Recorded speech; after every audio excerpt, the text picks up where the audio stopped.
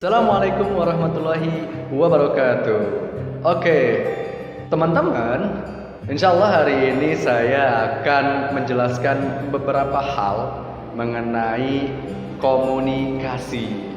Jadi sebelum itu perkenalkan dulu, karena video ini saya upload di YouTube, bukan di grup kelas. So, saya ingin memperkenalkan diri saya. Nama saya adalah Alanwar, saya mahasiswa STAY LPPM RI Padalarang jurusan Ekonomi Syariah. Oke, baik. Luar biasa. Saya memang ditugaskan untuk membuat sebuah video tentang bagaimana cara berkomunikasi yang efektif. Kemudian bagaimana cara meyakinkan orang lain. Kemudian bagaimana cara kita berbicara di depan umum. Nah, sedangkan saya bukan expert dari ketiga poin itu. Saya masih bisa dikatakan saya adalah pemula, beginner. Saya itu bukan expert, tapi karena ini adalah sebuah kewajiban dan sebuah keharusan saya untuk membuat video ini, jadi saya tidak takut, saya akan membuat video ini dan insya Allah akan bermanfaat bagi semua orang. Karena video ini bukan video asal-asalan ya, bukan video yang kontennya itu tidak berfaedah. Kalau urusan anak muda sekarang itu nggak berfaedah atau unfaedah, tapi insya Allah konten ini, isi dari video ini adalah sebuah hal yang bisa menjadi ilmu untuk kita semua di masa depan. Oke, langsung saja kita bahas yang pertama.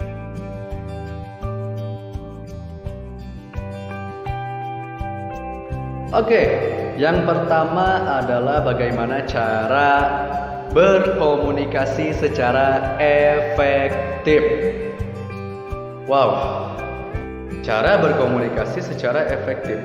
Begini, dalam dunia komunikasi yang saya tahu itu ada pacing dan ada leading.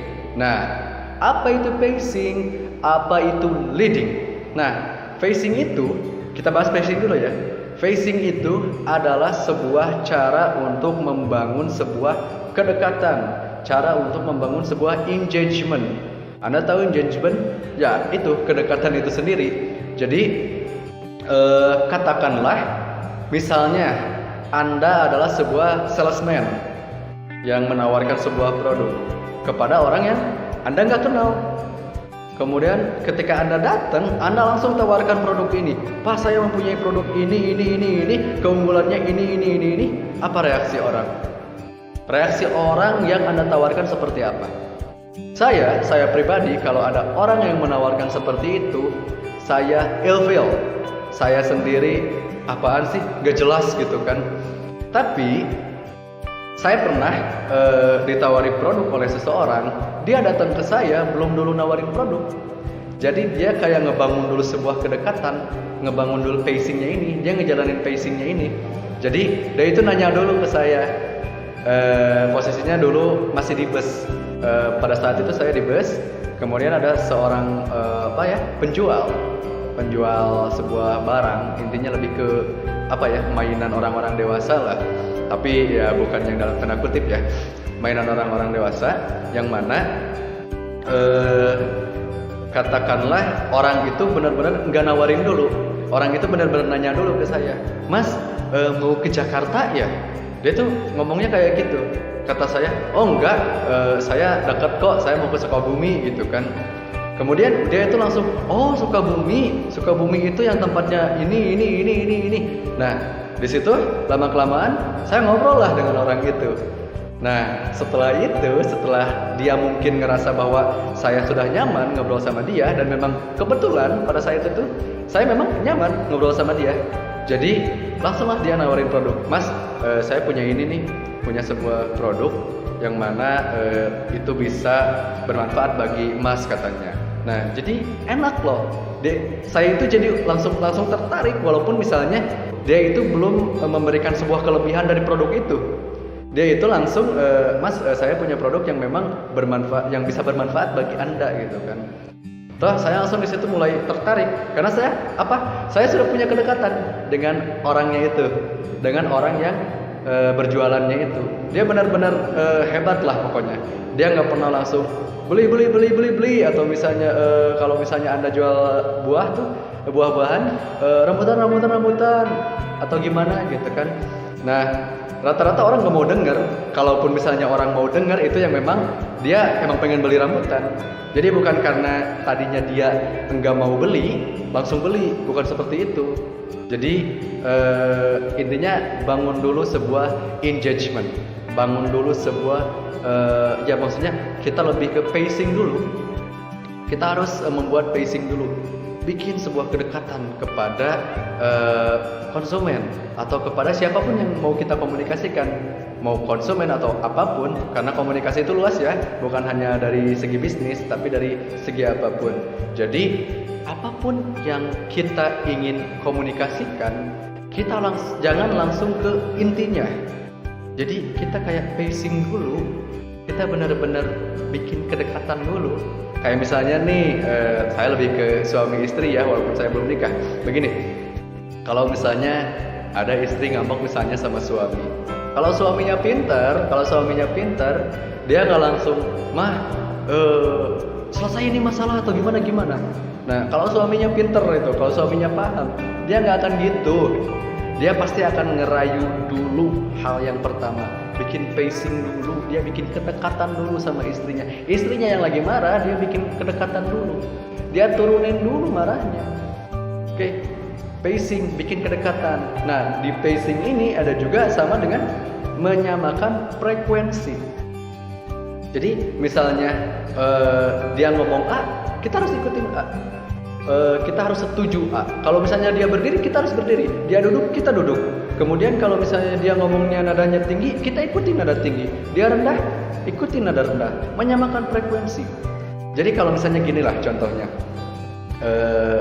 Misalnya nih saya mau ketemu sama Anda misalnya. Kemudian, halo bro, apa kabar? Misalnya saya ngomong gitu dengan nada yang sangat cepat gitu kan, dengan mata yang berbinar-binar.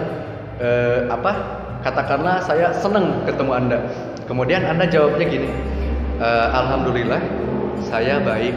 Udah, nggak akan efektif itu komunikasi. Ngobrol Anda nggak akan jalan. Kecuali kalau misalnya, halo bro, halo juga bro, apa kabar? Nah, itu yang bisa membuat engagement, itu bisa membuat kedekatan karena satu frekuensi. Anda juga kan dalam sebuah perkumpulan teman Anda pasti ingin mempunyai teman yang satu frekuensi dan itu nyaman. Dan ketika sudah nyaman, komunikasi apa saja yang kita komunikasikan ke teman kita itu akan berjalan dengan efektif karena terbangun sebuah engagement, terbangun sebuah atau kesamaan frekuensi itu. Jadi sebelum leading Anda harus pacing dulu. Pacing itu apa? Yaitu membangun sebuah katakan kedekatan dulu. Baru kalau Anda sudah dekat, leading lah. Anda sampaikan maksud dan tujuan Anda ketika Anda mau berkomunikasi. Apa yang mau Anda sampaikan dalam komunikasi yang Anda harapkan gitu kan. Jadi kalaupun pacingnya udah mantap, udah wah luar biasa, leadingnya itu gampang sebenarnya. Orang bakal ngedengerin kita karena kita udah pacing, udah benar-benar luar biasa. Nah itu ya, harus menyamakan frekuensi, harus membangun sebuah kedekatan. Langsung saja mungkin kita langsung ke materi yang kedua, yaitu adalah cara meyakinkan orang lain.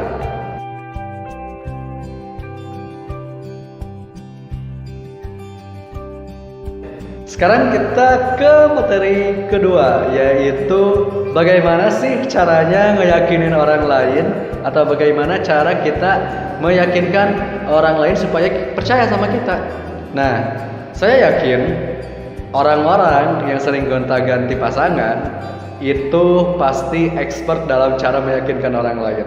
Ya bagaimana tidak, dia sering untuk mengkomunikasikan tujuannya atau membuat si orang yang dia ingin nyatakan cinta itu sering yakin.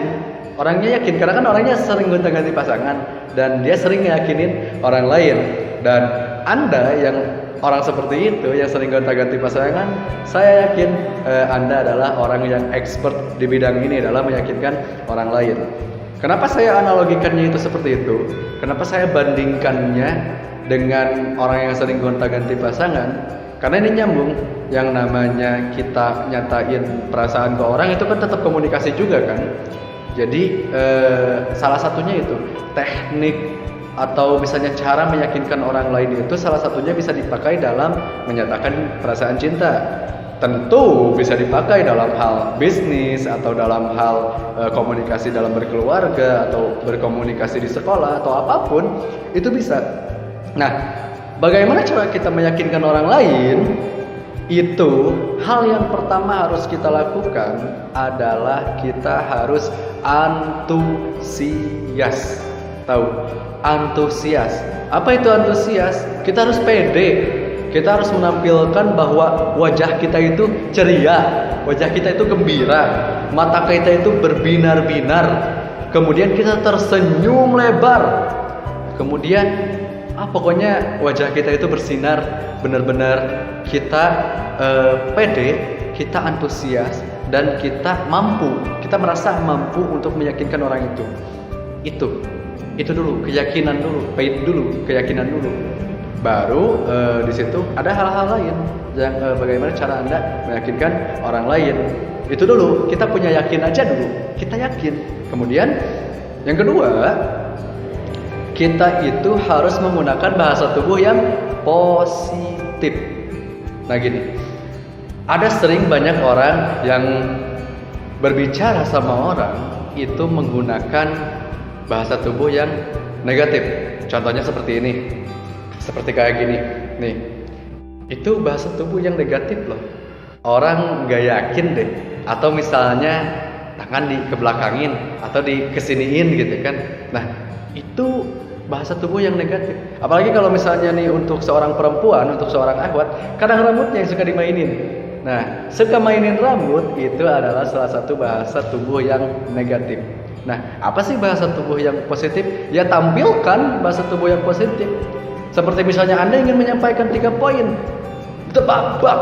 Nah, kayak gitu. Anda tinggal, Pak, saya ini. Nah, ini bahasa tubuh positif seperti ini nih. Tapi dengan cara yang posisinya tergantung situasi, tergantung kondisi. Tapi tetap untuk ngobrol Anda cara seperti ini, komunikasi Anda cara seperti ini, itu menandakan orang gak nyaman sama Anda dan orang gak akan yakin sama Anda. Itu yang kedua. Kemudian yang ketiga, jangan bergumam sih intinya, atau kurangilah bergumam.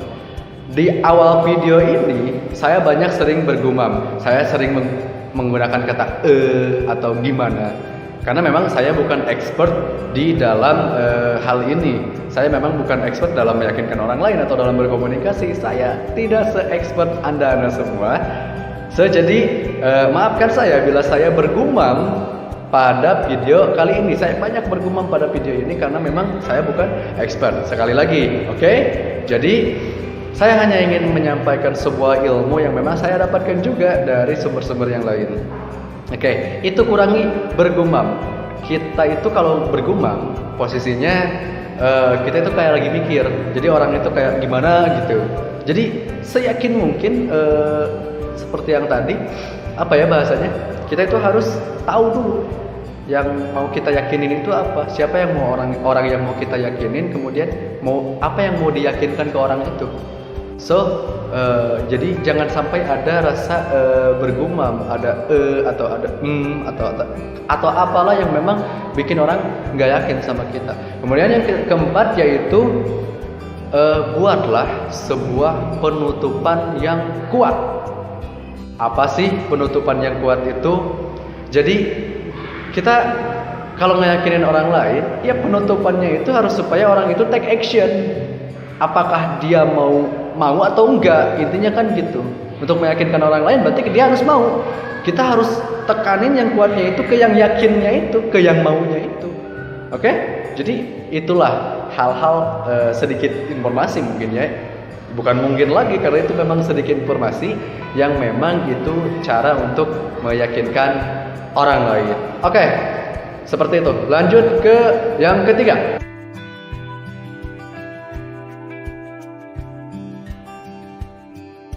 Materi ketiga yaitu bagaimana cara berbicara di depan umum. Wow, bagaimana cara berbicara di depan umum. Ini adalah sebuah katakan hal yang ingin saya kuasai. Saya memang punya keinginan untuk bisa berbicara di depan umum. Tapi memang lumayan sulit sih, karena ada banyak hal-hal teknis maupun non teknis yang mempengaruhi kita untuk ngomong di depan umum atau berbicara di depan umum. Nah, berbicara di depan umum itu ada teknik-tekniknya. Yang pertama yaitu adalah kita kuasai dulu materinya. Kita mau nyampein apa sih di depan umum itu atau di depan publik itu?